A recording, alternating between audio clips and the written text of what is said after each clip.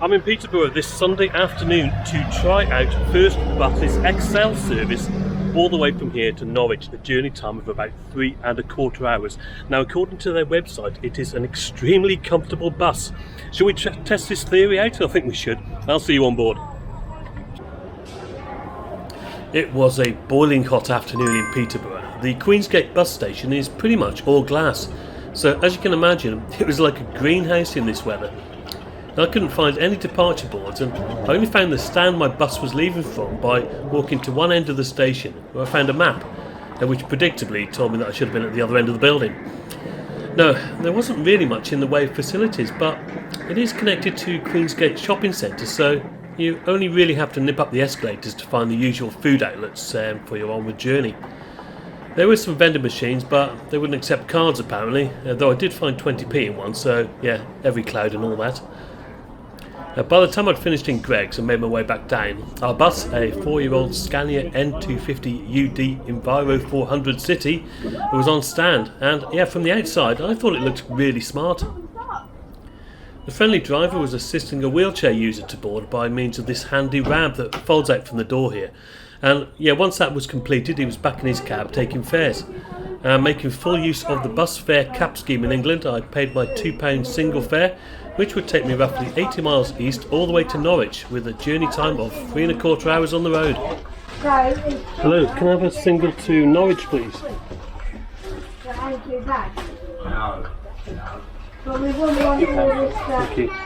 Allowed with these bags. Thank you. Cheers, mate. Thank you very much. I paused briefly to have a look at the lower deck, where a few passengers were already seated near the front, so I didn't linger. I made my way instead up the very smart looking stairs to the top deck, where I was able to get a front seat. First impressions were, yeah, very smart indeed. Though with the engine off at this point, there was no air conditioning, so it was absolutely sweltering at the front here. We left Peterborough bang on time at 1400, and I had the front row all to myself at this point. The aircon was now on, and a welcome relief as a decent flow of cold air came through these vents here at the front. And if you're arriving into Peterborough by train, which I had, you can pick up the bus from the railway station here. A few passengers did do just that. We then headed north, then east out of the city towards the village of Thorney, as detailed on the clear display here at the front of the bus. The seats, well, I found them comfortable. A nice colour scheme with the distinctive red headrests here, above a two-tone grey back and bottom. There's a real mixture of seating on the top deck, including single seats and table seating. We'll have a look at those a little bit later on. I noticed that, unlike some other buses I've been on, there were no seat belts here, not even lap belts. So I'm therefore assuming it's not a legal requirement, but do let me know your thoughts on this in the comments below. Leg room was really good, even at the front here, and the wooden effect flooring looks smart and clean. One negative, the USB charging sockets didn't work, and not just at the front here, as I did try other power outlets later on. Maybe they hadn't been activated by the driver, and you know, if I hadn't have had my power bank with me, I would have definitely asked him about this. It's a long time on a bus if you need a charge. You can always look out the window though, I guess, so yeah, enjoy some of the views as we head towards our first major stop en route, the historic fenland town of Wisbech.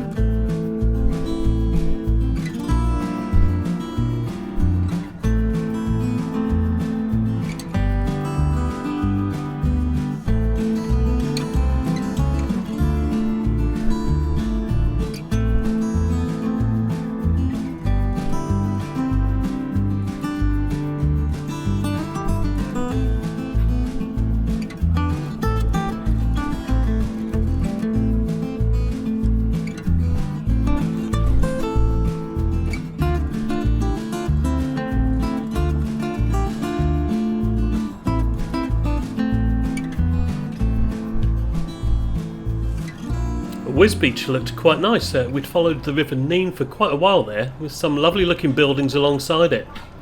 Then we pulled into what, for me, seemed a very sorry looking bus station.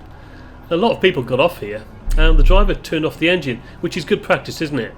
But of course the aircon went off as well, so all us passengers left on board just heated up again. Fortunately we were only there for 4 minutes, though it did feel like longer, and we were soon on the road again, passing another XL bus coming the other way. So a little bit about the service. And operated by First Eastern Counties, XL buses run up to every 30 minutes along the A47 corridor between Peterborough and Norwich, with plenty of stops in between, including Wisbech, Kings Lynn, Swaffham and Dereham. There are 3 routes between the two cities, denoted by the letters A to C. A calls at all designated stops, B is similar but bypasses Walton Highway and Terrington St John, and C calls at both these places but bypasses New Scarning, Dereham and Hockering. I feel like I should be doing this in the style of Alan Partridge. There's also a Service D that connects Dereham with Norwich via the Cringleford bus interchange. I was on the Sunday service, and all buses on these days and bank holidays are designated A, which, as you'll know by now, calls at all the stops.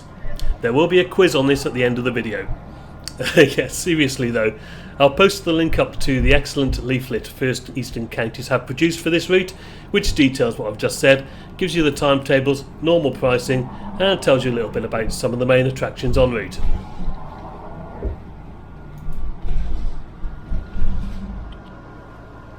So we've just crossed the River Great Ouse there, which tells you we must be nearing Kings Lynn.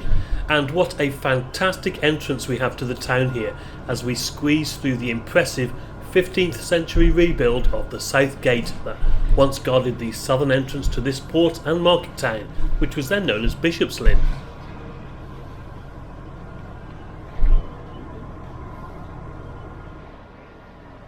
And if you're a fan of Alan Partridge, you'll know that the fictional character was actually born here at the Queen Elizabeth Hospital. His PA was called Lynn as well, come to think of it. Anyway, the bus station here is much larger and nicer in my opinion than Wisbech, with a couple of other XL buses amongst others having a rest here in the afternoon sun. And we too will be stopping here for 6 minutes this time, so I took the opportunity to just move back a few rows on the top deck and have a look at one of the table seats on offer. So yeah, more than adequate table space here, and very similar to the type you'd find on a train, isn't it? With plentiful legroom beneath, and again, look how clean the floor is. It looks great, doesn't it? I noticed that USB provision, when it works, is located at the side here, not on the table itself. We left Kings Lynn bus station on time, and on our way out of town past the beautiful Grade 2 listed railway station, built in 1846, and the northern terminus of the Fen line. Is it worth trying that out one day? Please let me know. Back to the table seat, and if you do have one of the XL leaflets or a map or anything like that, well, there's plenty of room to study it, though there are route maps above your head along the sides of the bus anyway. And note that the top window is open here, so as you can imagine it was much cooler towards the middle and back of the bus in this weather. In terms of luggage, well, you don't have to put it under the table, there's plenty of space between the seats as you can see here. Overall, unless you want a front seat view, I would say that the table seats are probably the best and most useful areas of the bus, though as per usual, some people prefer to use them in other ways. I mean, surely that's not a comfortable seating position, is it? After stopping at one particularly dilapidated bus stop, we pressed on through the Norfolk countryside, which was, as I expected, very flat, with some very straight roads too. A little bit unexciting if I'm being honest, as in between the towns there didn't appear to be a lot to see. We pulled off the A47 briefly to call at Narborough before arriving at Swaffham, which marked the 2-hour point in the journey. The bus station here is just a bus stop really on the side of the road in the middle of the town. Interestingly though, Swaffham was one of the places hit by a tornado in the 1981 UK tornado outbreak.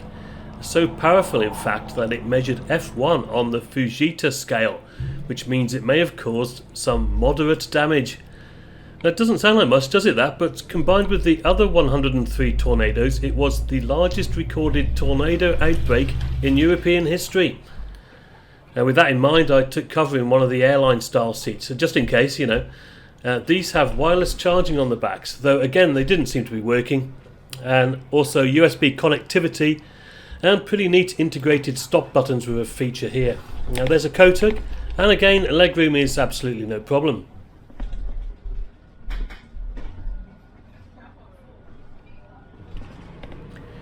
We were now coming into the centre of the lovely looking market town of Dereham, and another side of the road stopped to drop off pick up passengers. And musician Beth Orton was born here, did you know? And it's also the calling point for the Mid-Norfolk Heritage Railway, which has a station in the middle of the town. With the threat of an imminent tornado strike abating, I headed for the back row, which I think were probably some of the smartest back seats I've ever seen on a bus, or a coach even. Now look at this, right? You've got kind of padded armrests between the seats, and this massive rear window and arching sunroof running the width of the rear, and the same seat back features you saw before, and yeah, really impressive legroom.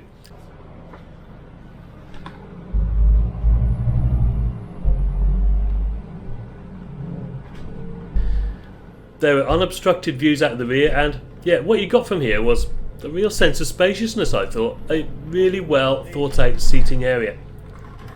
I tried the Wi-Fi at this point, which I think overall was a bit hit and miss.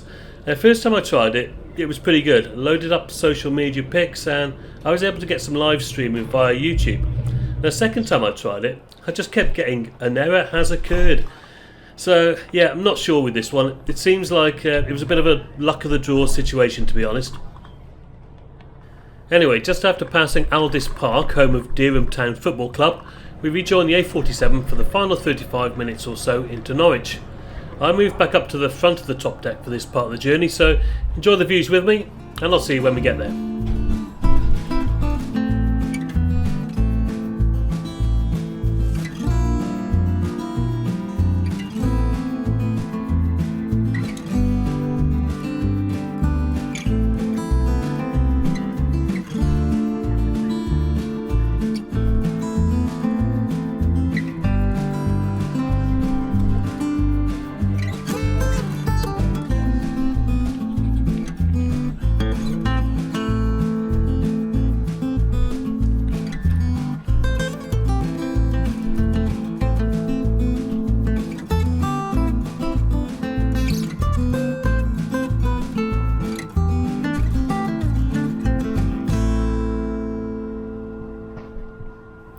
So we arrived at Norwich bus station 4 minutes early actually, which was quite impressive, wasn't it?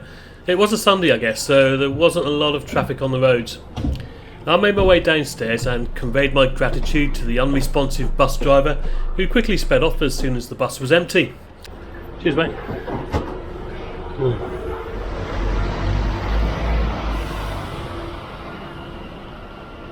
Fortunately, I don't smoke or vape, otherwise I wouldn't have been able to make my way to this handy bench, where I just took a minute or two to sum up the journey. Well then guys, Norwich bus start again. Right then guys, Norwich bus station in Norwich, and yeah, I just got here on the XL bus service all the way from Peterborough. In fact, if I turn the camera around, you can just see it over there in well, it's not the distance really, is it? On the other side of the bus station, let's say that. And yeah, they did say it was extremely comfortable, and I did find it pretty comfortable in most of the seats, and I did try quite a few of the seats on the top deck, as you saw. I'll tell you what, it's hot today, but they did have the air conditioning on, which is what you need, isn't it, really, for a journey of 3 hours plus, 80 odd miles. Yeah, scenery wise, not much to see, to be perfectly honest with you, but for £2, which is what I paid, adult single, you can't really go wrong, can you, for that? So yeah, hope you enjoyed it. I'm going to head up to my hotel now, which is only there, which is handy, isn't it? It's a travel lodge, it'll be alright, I'm sure. And then I'm going to head out. So yeah, thank you very much for watching. I shall see you on another adventure soon, and as always guys, cheers for now.